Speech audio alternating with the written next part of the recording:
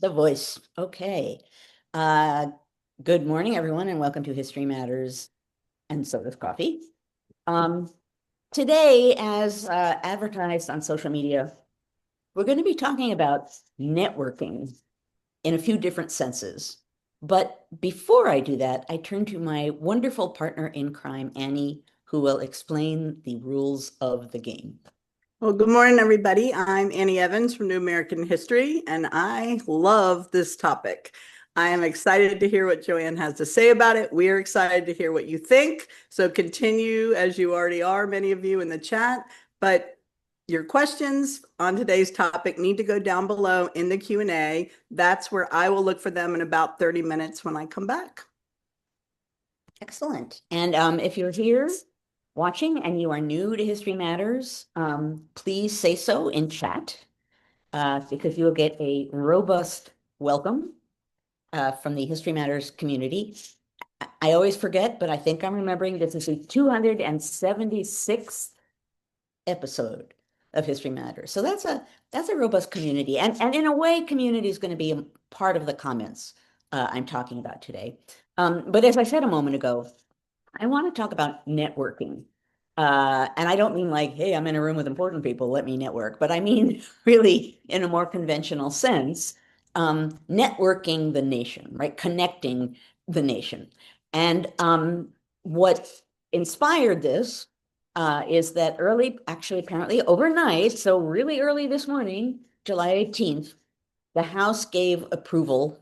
So the Senate already had, now the House did, to a measure that would eliminate $1.1 billion in funding for the Corporation for Public Broadcasting, which funds NPR and PBS and a lot of other stations in cities and small towns and everywhere else around the country. Um, Now that money had previously been approved by, let me say this, I want to get this correctly. It had previously been given to and approved by the Corporation for Public Broadcasting. So it was already in the plans and already in the works. And now it's just being, as people keep saying online when I was looking this morning, clawed back. Now, this was pushed and has been a project of folks on the right for a while. And particularly in this case, President Trump said that regarding PBS and NPR, quote, neither entity presents a fair, accurate, or unbiased portrayal of current events to tax-paying citizens. Now, the executive order that talks about this said, it doesn't matter what the bias of them, of NPR and PBS is, they just have to be unbiased. But then there was a statement issued by the White House, which I encourage you, I'm going to give you the title of it. I encourage you to read for yourself and decide what you think. But there was a statement from the White House that basically chastised public broadcasters for, quote, spreading radical woke propaganda disguised as news. The statement from the White House in which they talk about this is titled, and I know you wonderful magical keyboard people here at History Matters will immediately find it and post it in chat. It's titled, The NPR PBS Grift Has Ripped Us Off for Too Long. And actually, that was dated originally from April 14th. So that's an earlier statement about NPR and PBS that now has basically been put into effect. But you'll see it's a list of things that are supposedly woke propaganda on PBS. And one of them includes, and I didn't copy the language here. One of the things on the list of bad biased things is a panel on I don't even remember if it was NPR, PBS, a panel discussing the meaning of the word woke. We sure don't want that. So read it for yourself, see what you think. Now, in reality, the Nieman Journalism Lab did a survey and found something interesting. So on the one hand, they found that a large percentage, almost 50% of the people that they talked to got a lot of news from PBS. And as the Nieman folk themselves said, this is not surprising since we were talking to people who watch PBS. The surprising thing is that 54.5% of people who declared themselves extreme conservative and 58.5% of people who declared themselves extreme liberals all considered PBS a major source of news and information. So again, we can interpret numbers, and given things that have happened in our electoral process lately, I always want to pause and evaluate polling. But what this at least is suggesting is that people generally don't see it as crazy woke propaganda and generally view it as at least relatively unbiased. Now, the impact of this is potentially going to be huge because there are now a number of public radio organizations and public television organizations that are going to go dark. And some of these organizations that fund stations around the country operate multiple stations. So if they go dark, it's not just one area, but a lot of places risk going dark. And this will have an outsized impact, not surprisingly, in rural communities, right? So places where people were more likely to vote for President Trump potentially are more likely to lose public broadcasting or have a much reduced version of it. And one of the reasons why public broadcasting is so important right now is that we've seen stories about local journalism fading away and newspapers struggling to stay relevant, et cetera, et cetera, et cetera. So as journalism is kind of struggling with its identity and the purpose it serves, that makes things like PBS and NPR and sources of information that are not on paper even more important. And again, particularly for rural communities. So that's not particularly good. Also, Native American stations are at risk. There are dozens of them that are at risk of closing once this goes into effect, this defunding of the Corporation for Public Broadcasting. So again, tribal communities around the nation may lose access or at least some access to this major source of information. Now I want to get to why networking, what history tells us about why networking really matters in the United States. I want to talk about networking and I want to talk about reach. Now, from the very, very beginning, even before we were formally a nation, the idea of networking, meaning connecting people in far-flung areas, was really important. One of the things that came up time and time again when people were evaluating what kind of government might work in the United States was the idea that it's so geographically spread out, right? And people made the argument that the republics in the ancient past were geographically small. Would that work in a place as spread out, as dispersed as the United States? And some people said no, it couldn't work because republics are grounded on public opinion and an informed public, et cetera, et cetera, et cetera. So even, before the revolution, people aren't even thinking of nationhood yet, but they're thinking, how do we connect people? That became an issue, particularly in the early stages of the American Revolution.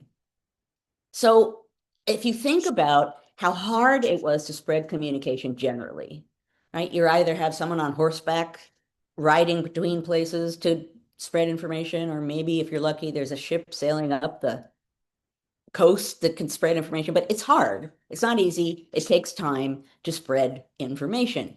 That became highly problematic when there was a potential revolutionary effort in the works. And one of the things that really united the revolutionary cause was once there were networks of communication through newspapers in which someone could publish something in a Pennsylvania newspaper about a local protest against the Stamp Act. And someone could read that not long after in New York, and maybe not long after that in Massachusetts. And when they saw what people were doing in other states, many of them then understood what was going on more broadly and had similar demonstrations in their state or in their city. And there are studies of this. I don't have them in front of me right here, although I unpacked my books. There are studies that show information about protests, about what the revolution is, people coming together due to the spread of information through newspapers, people understanding what was going on as a whole. Most importantly, people understanding that it wasn't just them, that there was something bigger going on, and that they needed to think about it in broader terms. If I remember correctly, there's a book by Simon Newman titled Parades and the Politics of the Street, which maybe has a section in it that does this. I'm maybe inventing that, but I think it does. At any rate, the point is that the revolution relied on people in other places being able to understand broadly what the heck was going on in other places, and then feeling like an us, right? A we, that suddenly there was a kind of North American British colonial we, in a sense that there hadn't necessarily been before. And networked news helped to create that. Now, as I suggested at the outset, once the nation is a nation, that idea, that realization about how important it would be in this new nation, particularly given, as I said, that in a republic, the people need to be informed, they need to know what's going on in their government. How do we do this? That in 1792, there was an attempt to address that with the Post Office Act of 1792. So from the beginning, as soon as the new government under the Constitution goes into effect, people are thinking, how do we connect people? The Post Office Act, among other things, gave newspapers favorable postal terms, right? Meaning that editors could send news to other editors, often for free, but basically the Postal Act made it so that editors could communicate with each other, and they were, financially advantaged so that news could spread that way, and that was deliberately done to network information and network news around the country. People at the time sometimes referred to the press as a fourth branch of government because it was networking people, connecting people, and showing them, ideally, what the heck the government was doing. And that also becomes a big issue in this period. Can people tell what the government is doing? How can we tell? Well, newspapers might tell us. And there are all of these wonderfully evocative accounts by people like Fisher Ames, who's a Federalist, very Federalist from Massachusetts. And there's a quote that I didn't go to find this morning, but he is frustrated that when Congress is out of session, it means that people in Congress are not writing letters home, which is how he was learning what the heck was going on in the government. And he says, without those letters, and this is almost a direct quote, we are all in the dark. What's going on? Like, we have no idea. So networking information, and particularly networking news, has always been important in not just spreading information, but enabling people to see what others are doing, to connect themselves with things going on in other places, and sometimes to create an us, right? A we, as I talk about time and time again. Now, this networking of information has always been, in one way or another, political, right? So there was not some glorious period when, there was no politics involved at all, because all kinds of information are spreading. And in fact, when the 1792 Postal Act was being discussed, at some point, someone raised the idea that, like, maybe we should only allow certain newspapers to have that privilege and not other newspapers to have that privilege. And that was objected to, because then that would be molding the politics of the public. And that's not what we're supposed to be doing. We're supposed to be networking information. So, and they did, and newspapers at this time were not objective, so they were spreading political ideas all over the place. So this idea of networking information has always been political in one way or another. It has always been bound up with ideology in one way or another. It has always been a source of strength for the nation, but more particularly for the people in the nation, to inform themselves, to see what's happening, to get a sense of a we. Imagine if we were where we are now and didn't know what was happening really anywhere else. We just knew that locally, we see a lot of people in the street that have uniforms on. And the local news says that ICE is grabbing people. Is this a New York thing? Or is this a Massachusetts thing? Or is this a, Georgia thing or a California thing? You wouldn't know the scope of it, you wouldn't know the depth of it, and you wouldn't know the implications of it without the ability to see networked news, not meaning ABC, PBS, but meaning networked, connected, wide-reaching news. So it's, in the end, that kind of reach, that kind of power is vital to democracy. There's a study which I did not copy the name down of because I didn't, because it was the morning. But there's a study that found that countries, generally speaking, that supported some form of public broadcasting, generally speaking, had stronger democracies. Now, those things, one can affect the other, and I can't give you the information on that. But the fact of the matter is, you can understand how networked information, information that's spreading broadly, information that is not controlled by the government, not a government form of communication that is censored, why that would be a powerful tool in democracy. It also confuses things. There are aspects of that kind of communication that are problematic, and people from the beginning of the nation knew that as well. Like, I hate the politicians saying, I hate these freaking newspapers. They lie all the time, and the free press is really important. So I guess I'll just live with it. But they understood the importance of people having access to that information, and equally, if not more important, to people around the nation having access to similar information so that they could understand a broader us. You can see why that's important to democracy. You can see why authoritarians are not really excited about that idea. You can see why, generally speaking, around the world, authoritarians would rather have state-controlled media where they control the information that gets out. And they unite people in shared cause behind what they want to unite them behind. And people have a much harder time finding other information. And so you don't have a broader sense of reality outside of this stream of news.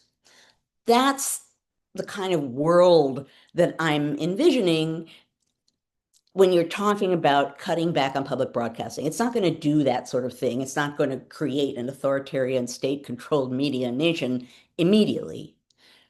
But people in power shutting down avenues of public broadcasting that, generally speaking, are not enormously biased. And if I can't even remember, I actually have the figure here. It's like 1% of these stations is funded by federal funds, generally speaking, but it's a 1% that matters. You can see why authoritarian governments would not be eager to have people connecting amongst themselves with ideas that are not controlled, being able to construct realities that are apart from what an administration wants you to believe. You can see how information is power. You can see how networking that information is power. You can see how public broadcasting, radio and TV, could be a chink in the armor of an authoritarian government that wants control over what reality the people of a nation sees. So basically, that's one of the underlying stories that I wanted to talk about here with this defunding of the Corporation for Public Broadcasting. The United States was born in part because of the networks fostered by the spread of information that way, because people gained an understanding of a bigger us, of a bigger cause, and they began to understand that something that happened in Massachusetts, which seems horrible, could that happen here? And if it could, maybe we ought to protest like they're doing up in Boston. You can see networks, threads of revolution spreading throughout the colonies through this kind of spread of information. And once you begin stifling one kind of thread, like one of those threads, because you don't like it, because it's ideologically biased, you are telling people what they should or shouldn't think. Any of us, whatever our politics, could point to newspapers, radio stations, TV stations, anything that we do not like because they seem hugely biased. But the United States, generally speaking, doesn't close them down for that reason, right? That's a free press. It's dangerous because it's powerful and it matters. Because with networking of information around the country, with people able to get access to news from a source that at least has some federal funding and is just connecting all kinds of cities and towns around the country, people can inform themselves.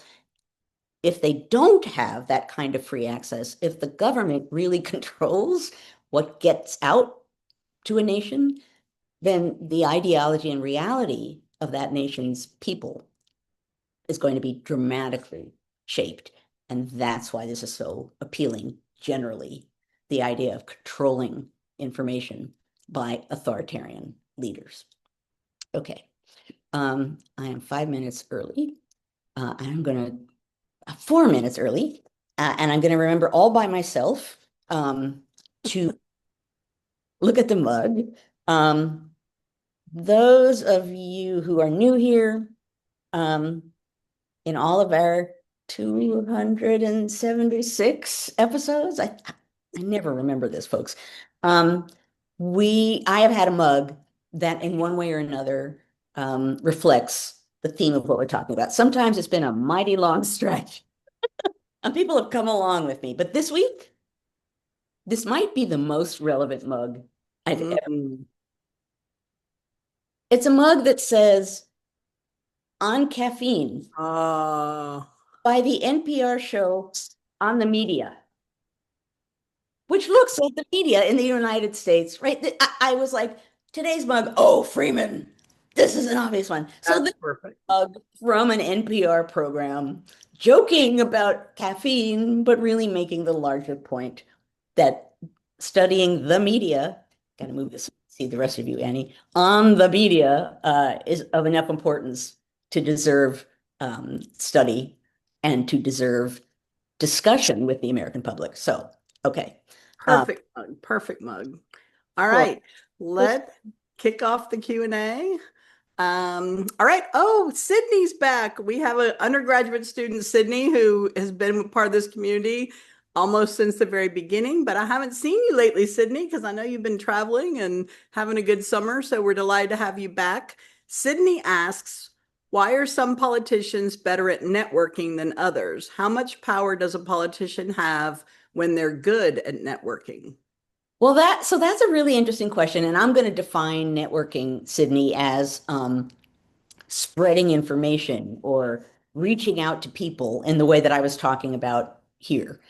And it's a good question because what we're seeing now, and what a lot of people are arguing about, is that the Democrats need to be better at networking, and by that, by spreading their message. They need to be better at spreading the message. And what that means is not just we need to be louder, but seemingly they need to be more creative. They need to adopt different habits. They need to adapt to the current moment and the current threats and the current technologies that are here to figure out how to network their message and network just what's happening and what they think about it in a more effective way.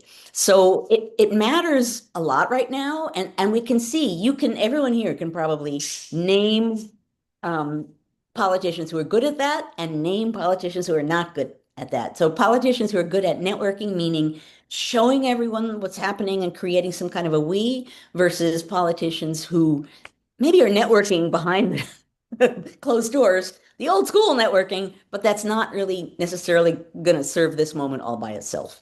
So I think in a way, again, networking is one of those words that has a lot of meanings, but I think in a way, that's a big challenge of our time. And as we're experiencing, it's really can be really difficult to get long-standing institutions with long-standing practices and standards and rituals to change in a way that feels substantial. And that seems like an obvious thing to say, but I think just speaking generally about our government, you can see on the one hand a desire for stability, of course, and you can see on the other hand the sort of sense among some onlookers that something different needs to happen, but it's hard to get people to make that move to something different. All right, great question to kick us off, Sydney. Thank you for that one. Also, our very good friend Pax Linson, who's with us all the time, we love Pax, says, so interesting about the networking within news outlets. Doesn't that reach as a necessity for democracy go hand in hand with free speech in general? Yeah, I mean, this is bound up with free speech. So when I went back, when you have 266 previous episodes, there's a good chance you've talked about some component of this before. So now I'm at the point where I choose a topic and then I have to go back and find the other ways in which I've addressed it. So I've talked about the press, I've talked about a free press, I've talked about presidents and the press. I've never talked about what I'm talking about now, but all of those things are bound together. The idea of a free press encompasses the idea that some of what's going to be spreading around is bad, wrong, fake, right? That's the cost of a free press. And as those 1792 folk were saying in Congress, if you begin deciding certain things can't spread, then you are trying deliberately to mold the nation in one way, and people should have access to all kinds of information and should be smart consumers and be evaluating that information for themselves. Better that than that they only have one little stream of information that one person has decided is the one that they need. So it's not a perfect system. A free press has all kinds of challenges within it by definition, but it's also the essence of democratic governance because information spreads, people inform themselves, and they decide for themselves what they think is going on, what they ought to do about it. I've said this before that democratic governance, in one way or another, is a conversation between people with power and the people who gave it to them. And anything that shapes communication between those groups shapes democracy. So if we're talking about technology, if we're talking about networks, those things shape the ways in which people with power communicate with people who gave them that power and don't necessarily have it.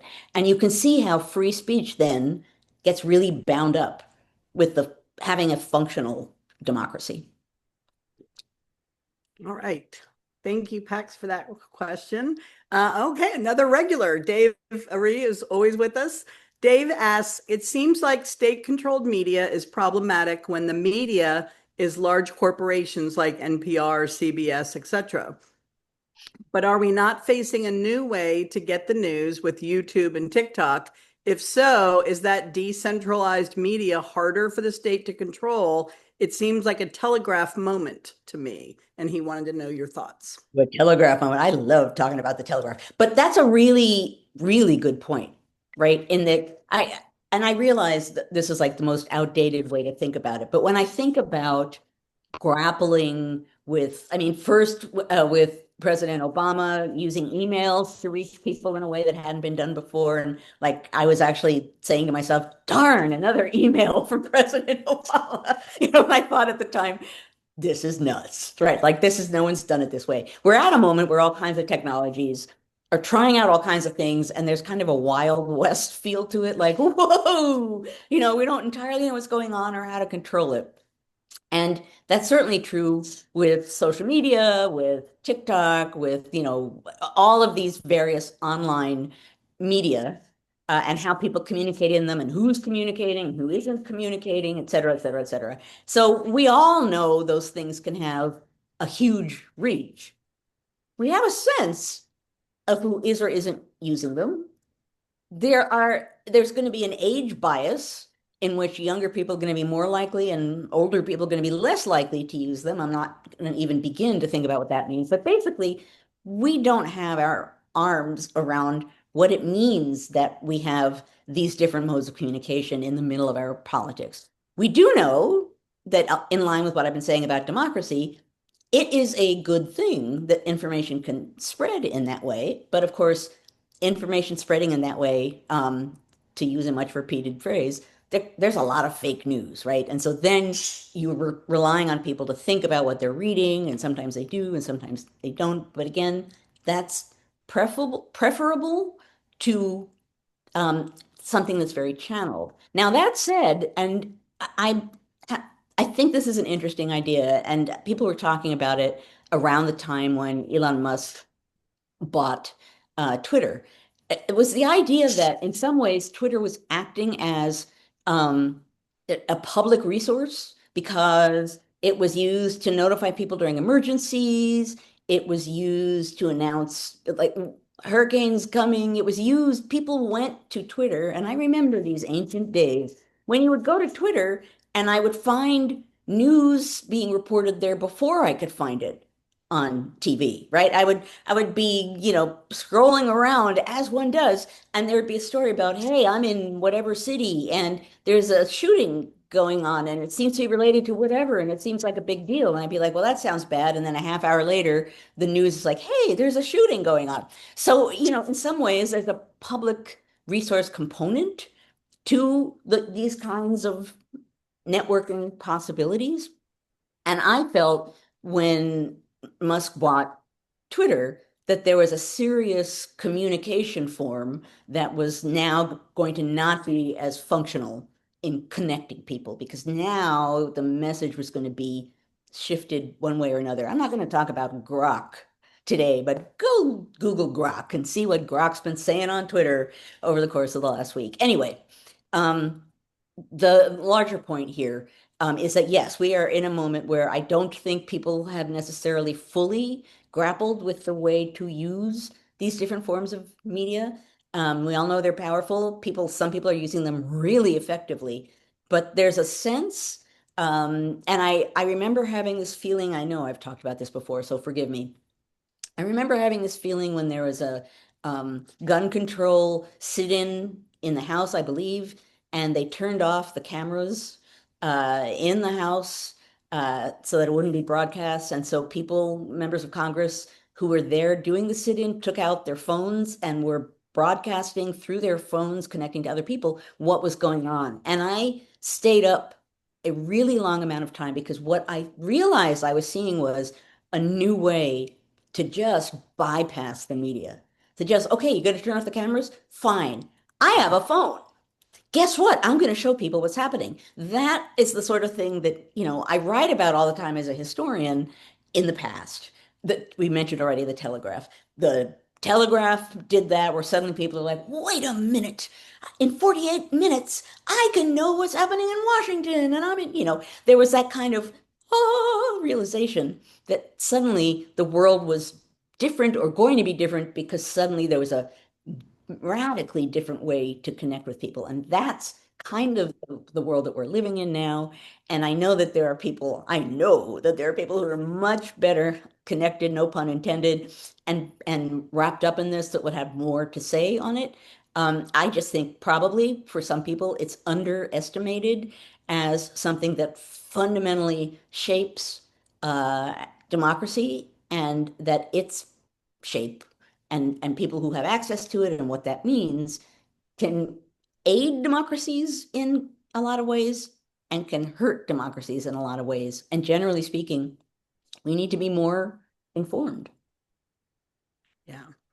The chat is lit, what you just Oh, talked about. It's, yeah, I'm catch up. It is. it's very active today. Yeah, Okay, Ellen. Oh, go you ahead. you made a good point there, right? The social studies chat, that network, Oh, Twitter, right, was educators, teachers yep. connecting. And I saw Every Monday night for almost 15 years. was Every Monday night. We oh, had hundreds of teachers. And then when it splintered and there was Post and Blue Sky and Mastodon, nobody really knew where to go. And we kept trying to keep it going, but it fizzled because people had spread to too many other things when Twitter died. Whereas, it's been very sad. You'll still see the hashtag pop up. People will still tag things SS chat, but it's not like coming together once a week and really sharing resources and There's staying up us, to date. right? Yeah. Yeah, it's us. It's us. And hundreds of teachers who know there's an us and related to that could act together with a real power, right? That's scary for people who have power too. That the us's that are created, self-created us's, George Washington as president talked about self-created societies, like these clubs of various sorts with political messaging that they were dangerous because they were self-created and they weren't part of the official political system. So here we have a different kind of self-created society. And the danger of that, as Washington was sort of suggesting, is that it brings people together and spreads messages, and that there's a power in bringing people together, whether you consider their message good or bad. So yeah, I'd already forgotten about the social studies Yeah, chat. there were others. It was funny. Like we were literally the first, but then there was a math chat and there was a science chat. There was a kinder chat just for kindergarten teachers. And it just after that it spread and everybody had their own night. Everybody was so nice. They organized it like, oh, you can't have Monday. That's SS Chats night. They had certain days and times and certain Saturday mornings, and you get the third Wednesday. And it was a beautiful network of teachers. And that just makes me mad that it got blown apart. But anyway, I'll be done venting. Oh, that's Ellen C has a great question for us. Ellen's with us frequently. Oh, wanna Furby made a comment and I think only sent it to us. oh, Um, but I wanted, so remember when you're commenting, make sure you're commenting to everyone and not just us. But she makes a long point, and but the part I want to particularly focus on is I'll read the end of it. The perception of being seen and understood by politicians really matters with regard to trusting them to represent me. Meaning, another thing that we're talking about here in the spread of news and networking and information is you see whether or not you're seen. And that matters, right? Are you part of the us? You should be. And if you're not, what does that mean? So that's another angle of looking at this that I think is an important one. Okay, back to you. yeah, and I found that Furby's talked about the example of Biden coming out for marriage equality way before Obama, and Obama later said that it was Joe Biden that convinced him, but also his own daughters were like, "Come on, Dad, if Joe Biden is making you look dumb, you know?" And I just thought that was so cool that it took someone from an older generation and then also his own kids. It was like he's getting it from both ends. I always thought that was very fascinating. Okay, Ellen wanted to ask, would the federal government have any way of controlling YouTube or Zoom? Because at this point, they're online and places like that may be the only free press that we have left. So repeat the question one more time for me. Do you want to know if the federal government would have a way to start controlling YouTube or Zoom? Well, so, Free press. we're right. So we're seeing um, the good and the bad that's possible with that. The federal government can control it. Depending on what the administration is and who has power, you're going to be happy or not happy with that. And so generally speaking, the free flow of information is better than that kind of control. But the price of that, as we were talking about earlier, is that you then have Twitter or Blue Sky or Threads or anything else not as effective as a public communication mechanism, as a way to communicate emergencies and disasters. That said, and I haven't looked into this, but during the rain here in New York, and by like flooding rain, and like subway stations were out of order because the water was pouring in and there were really scary pictures online. I just stayed inside. But people were saying that they didn't get, and certainly I didn't get on my phone any kind of emergency warning about flooding.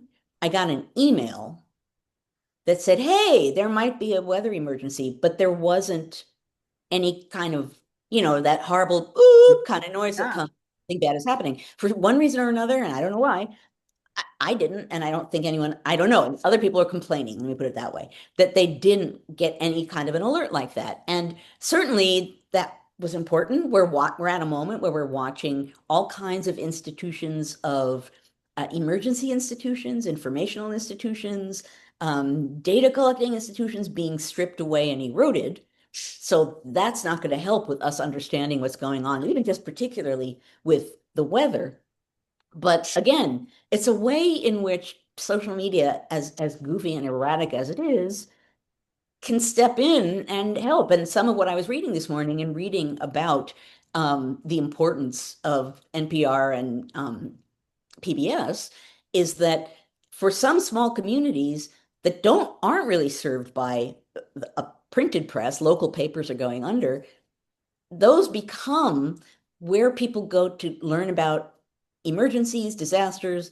If there's something going on, it's going to be PBS or NPR that's going to say, hey, here in small city in name a state, this is happening and you might not see it or hear about it elsewhere. These are like, public utility uses that are shaped by everything that we're talking about here. So you can see how, a few minutes ago, I was saying that a free press is bound up with this, the idea of a free press and the idea of democracy, as is the idea of an us being informed and knowing that there's at least something out there that can spread information, basic emergency information when we need to have it. All of the stripping away of these organizations and institutions are making that more and more difficult, obviously. Yeah. All right. Good question, Ellen. Thank you for that one. Okay, Noreen. For one thing, Sydney says Trump needs to follow the Magna Carta, not the MAGA. Yeah, Just yeah, repeat that because all of these people are saying, good one. So I wanted yeah. Okay. Sydney's back for sure. Okay, Noreen Severston. I'm not sure if we've had a question from Noreen in the Q&A before. So welcome if this is your first time or if it's your first time posting a question. Noreen says, we need to push back that these bills are being passed in the dead of night, sneaky and underhanded. Why is this acceptable? Like this middle of the night nonsense where most people are sleeping. Right. That's a really good question. And, that's the first thing that I thought of when this began with the Senate. It's very obvious that if they're trying to do something in the middle of the night, they're trying to get as little press coverage, as little attention, as little commentary as it's possible. It does feel sneaky and underhanded because, it's almost at the point where if something's happening in the middle of the night, the natural thought is, oh, now what are they trying to do? Right? Now, what are they trying to get past us? Because why do it at that time? You might remember, and it still happens sometimes, but there was a period when you could almost bank on the fact that at 4:30 on a Friday afternoon, some horrible news story would break because it was like just before the weekend, and you could, people would say, oh, guess what we're doing? We're doing this. Oh, it's Saturday. The same sort of thing. When that becomes not just a now and again factor, but an all the time factor because people really don't want press attention for what they're doing. Yeah, that's problematic. I mean, there have always been nighttime sessions, nighttime legislation. In my last book on violence in Congress, I learned very quickly that these late night sessions usually had at least one episode of violence because members of Congress would have dinner and they would drink and then they would come back and do things. And sometimes the legislation at night was controversial and then they would get into fights. So it's not like that's new, but certainly it's an attempt to kind of not get a lot of attention for whatever is happening. And that in and of itself should be an alert for us to focus on what the heck is happening overnight and to not let it sort of slide by. Yeah.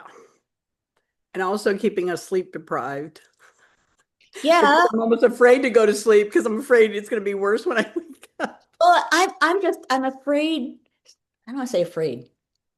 I wake up and decide I'm going to check my phone and always there's like, something breaking news or whatever it is. And I'm like, Yeah. what happened? What happened? Yeah. Yeah. It's like brace for impact every minute now. Brace for impact.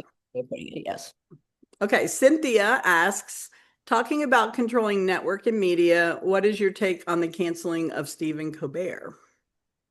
Okay, so I don't know. I've been thinking about that this morning too. That and his show was CBS Late Show, which is what David Letterman used to host. okay. It was the late show. Late That's Show. the title. Okay. So for those who haven't heard it, it's being canceled as of next year. I think May of next Right. year. They said May 2026, which I guess is when his current contract expires. So, there are different ways of thinking about it. And I am not immersed enough in the details to definitively tell you something. But the fact that CBS is not necessarily in good status with President Trump, and the fact that in the middle of things being negotiated, suddenly that this show, this left-leaning show, and Stephen Colbert has strong opinions, is canceled. It feels like retribution against people who are anti-Trump, and it feels like, if not outright bribery, compliance, obeying in advance. I don't know what happened behind the scenes, so I can't definitively tell you what it is. But what it made me think about was something that was talked about a lot at an earlier point before Trump was president. And he said it a lot, as did a lot of people who supported him.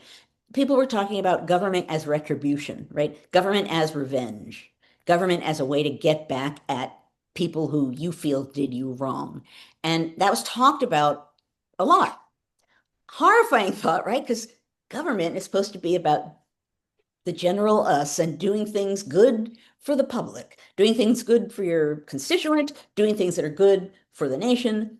Government is retribution, by definition, is not thinking about the big broad us. So it's a scary concept. And it means you're worried about who likes you or who doesn't like you, who's friendly with you, who you're not friendly with, and it's going to cause you to self-censor and to not say things you might have said otherwise because you're afraid you might get on the retribution list. That's part of what this, yes, actually Lauren says a sacrificial offering from CBS. That's kind of what this made me think about, was a kind of, I don't want to call it a bribe. Here you go. You'll like us better if we do this. And part of the reason it's a this is because President Trump really doesn't like Stephen Colbert and his show. So, yeah, I think all of those things are bound up in it. I think we're going to learn a lot more about it.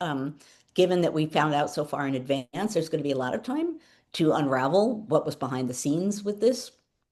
Um, you know, so many, this is obvious, but I'm going to say it anyway. So many institutions and companies and corporations and people of power are just folding up and complying with demands being made upon them with some resistance, and then everyone goes, yay, there's some resistance, and then that folds. So this feels like part of that larger trend too, which is remarkable because, as we all know, people who thought that they were kind of making a deal with President Trump by complying and agreeing to do what he wanted them to do, it's not like they become part of his happy list. He just turns on them in a different way later. So you can't buy permanent good status in a government of retribution. You can't. If you tick off the person who's guiding it, that's all that matters. Anyway, this is all obvious, but these are some of the things that I began thinking about this morning when I was thinking about the cancellation of Colbert's show. Yeah. Oh, here you go. Katja says, quoting Charlotte Clymer, Colbert has the highest ratings of any late night host. So yeah, they're claiming now CBS is saying financial reasons. Interesting. Again, I don't have the specific information. Yeah. All right. Our good friend Miriam Lewis says there's so many Substacks and other independent sources. I know that I have signed up for more than I can keep up with, and I keep hearing about more good ones that she should be following. It seems that as good as they are, they just in the end increase the fragmentation. How could this be dealt with? How do these, what kind of reach do these people have with, trying to get opposing views out there. Yeah. And that's a really good point because I feel that myself sometimes, right? I only just recently signed up for Substack. I kind of really haven't done anything with it yet, but I'm trying to figure out different ways to reach people. And I was like, oh, well, everyone's on Substack. I'm going to be on Substack, which is what everyone does. But, then once I'm there, I've had requests to join different people or, on Substack, which I have. Once I was there, then there were all these other ones. And of course, like, hey, we suggest you look at this one. And there's so much. And Yeah. each one is so distinctive, right? Because they're centered on the person writing or the person speaking. So, they're independent, but they're also, sort of individualized. That, yeah, it can be really hard to know what to read or what not to read. And I don't have the answer to that. And I have not done this yet. I would say, if I were now going to sit down and address Substack and what I wanted or didn't want, I would actually like rummage around and look at different places that I could look at regularly, and then regularly look at the ones that I thought seemed reliable rather than allowing them all to flow by you. It's so vast that it's hard. And I guess, that's part of the reason why Heather does as well as she does, in addition to what she says. But also, she is reliable and people know her voice. And in this sea of voices, she's someone that people can go like, okay, I read her every day and she gives me information and she's trying to be unbiased, right? That becomes powerful in this sea of different voices. It's complicated. And I cannot claim to have in any way mastered how to manipulate that to my own best interest. Yeah. A good one to follow that I really love that I've mentioned before. Jeremy Ney is a MIT math guy, which doesn't seem like someone I would hang out with, but he uses maps to visualize data. And we became friends through Substack, and he has come on my office hours to talk to teachers to help explain data. Oh, And data literacy is becoming like the bigger skill alongside media literacy that kids really need. So if you want to follow one that's interesting and hits on a lot of good political topics, his is called American Inequality. And he said he kind of did that as an homage to Mapping Inequality, the map that our guys made. So we bonded over maps and data, but he also gets really good information out there in ways that he breaks it down so everybody can understand it, even if you're not a math guy from MIT. So I'll give a shout out to him. All right, we got one more question. We got 3 minutes. We can do it. Our good friend Kathleen V asks, this is an after party question, so we'll wait. Oh, bless you. Goodness. Okay, she says this is an after party. She doesn't want it on camera, so we'll wait. okay. All right, we did it. We cleared the deck. Like We almost never do that. we never do that. Okay, that is excellent. And that gives me time to not skip over the fact that sometimes I forget at the end, like I want to give everyone thank yous and thank people on screen and people watching what's on screen. Particularly given the topic of today's episode, the fact that we're here having this conversation and not just spreading information, but these kinds of questions, right? Having these questions asked, trying to answer them, bouncing around different ideas about answers. That's so important in a climate where, in some ways, channels of information are being closed off. That makes this kind of communication, and particularly its routine, I guess it's kind of like choosing a Substack voice to follow, right? Is that it's routine, you can rely on it, you know enough about it to kind of judge when it doesn't feel right to you and you don't, it becomes an information source that you have internalized enough that you can decide what you think about it on an ongoing basis. Anyway, so given this conversation that we just had, that makes this community even more obviously important, symbolically as well as in reality. Okay, so here's what's going to happen now. For those of you who are new here, we are going to go into the after party. What that means is that we will no longer be recording. And we can be even freer and easier in whatever we want to talk about because we will not be recording. If you beamed in through NCHE, just stay right where you are. And as everyone is saying in chat, poof, you will be in the after party. I gather that there was a problem with Facebook today. I don't think people are watching from Facebook. If you are, you can go to ncheteach.org/conversations to be part of the after party. ncheteach.org/conversations. And then you too can poof be in the after party. Thank you to Annie and Claire. I hope you feel better soon. And Jessica and John and the National Council for History Education for everything that they do to make this possible. Thank you to you guys out there in the world who come week after week and are here and are engaged and give me hope just because you're here asking questions. And the fact that we're a community also kind of gives me a little boost every week. It's like, oh, right, I'm going to kind of my people, meaning the people I love to be with every week. At any rate, thank you for being here. Thank you for engaging in what's going on. We all deserve to sort of not engage sometimes. It's too much. But we also need to remain somewhat engaged as to what's going on. We need to know what's happening. We really do. We just have to choose when and how to do it. We need to be kind to ourselves in this kind of environment, which is beyond exhausting and trying. So we have to find a way to inform ourselves, but also to take care of ourselves. And the second half of that, I think, sometimes, particularly if you're feeling as wired up and anxious about things as I basically routinely do, that part, it's easy to forget the part about detaching for a little bit as a thing that's nice to do for yourself. So I throw that out there this week. Yeah, Claire's getting virtual chicken soup. Okay, so thank you to everyone. We will be back next Friday, and who the heck knows what we'll be talking about. And in the meantime, everybody, have a wonderful week. Take care. Try to be where air conditioning is. And we'll see you soon.